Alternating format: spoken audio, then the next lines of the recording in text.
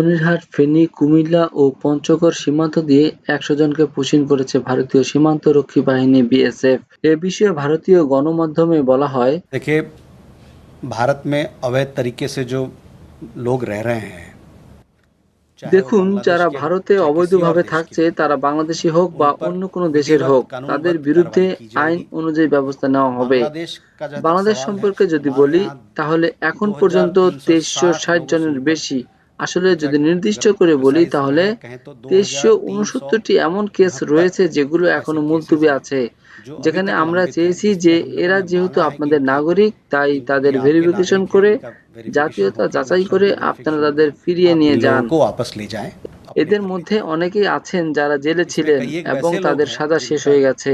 এছাড়াও जेल কিছু में थे, কেস जेल में उनका ২০২০ সাল सेंटेंसिंग থেকে खत्म हो गया, মুলতবি রয়েছে। और এখন कई एक ऐसे প্রয়োজন केसेस হলো हैं जिसमें कि বাংলাদেশ যেন এই বিষয়ে 2020 से দ্রুত लंबित केसेस পদক্ষেপ चल रहे নেয়, हैं। तो अभी इसमें দ্রুত ज़रूरत यह है ভেরিফিকেশন कि করে, बांग्लादेश যাতে এই इस पे প্রত্যাবাসনের कार्रवाई करे, প্রক্রিয়াটা जल्दी से যত वेरिफिकेशन তাড়াতাড়ি करे, সম্ভব ताकि ये जो डिपोर्टेशन সম্পন্ন की হয়। प्रक्रिया है, मैं कह रहा हूँ, प्रक्रिया है, उसको जल्द से जल्द पूरा किया जाए।